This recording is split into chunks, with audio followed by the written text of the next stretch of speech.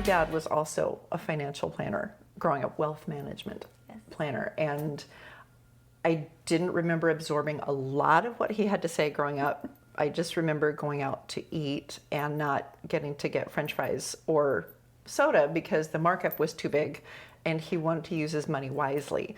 So how did you see did you have anything like that when you were growing up too? Oh yeah, definitely. I mean, my dad said, if we've got food in the fridge, we're not going out to eat, and it just, so yeah, that was his philosophy too. He was very, very cautious and careful with his money. I remember thinking that our next door neighbors were rich because they kept their air conditioning on all summer.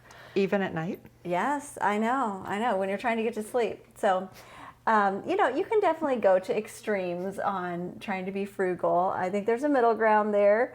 But it taught me that there's a price for everything. There's a cost for everything. And if you choose to spend your money on this, then you're not going to spend your money on that. And I think that's something that parents sometimes forget to teach their children, that it's like, you can have this and this, instead of preparing them better for life and saying it's one or the other.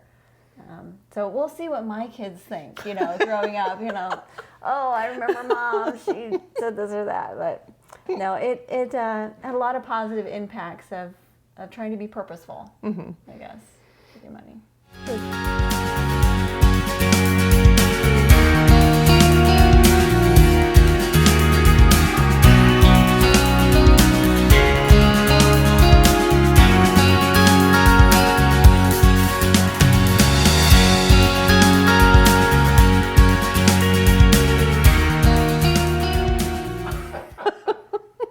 Your dad made you track the mileage? We had to track the mileage on the car. At the time, I think it was 15 cents a gallon that we had to pay anytime we used the car. There was every time he found a light switch on in the house, he still would walk up to us and say, nickel, for whatever lights were left on. Air conditioning left off at night because it got cool enough. That's right. And yeah.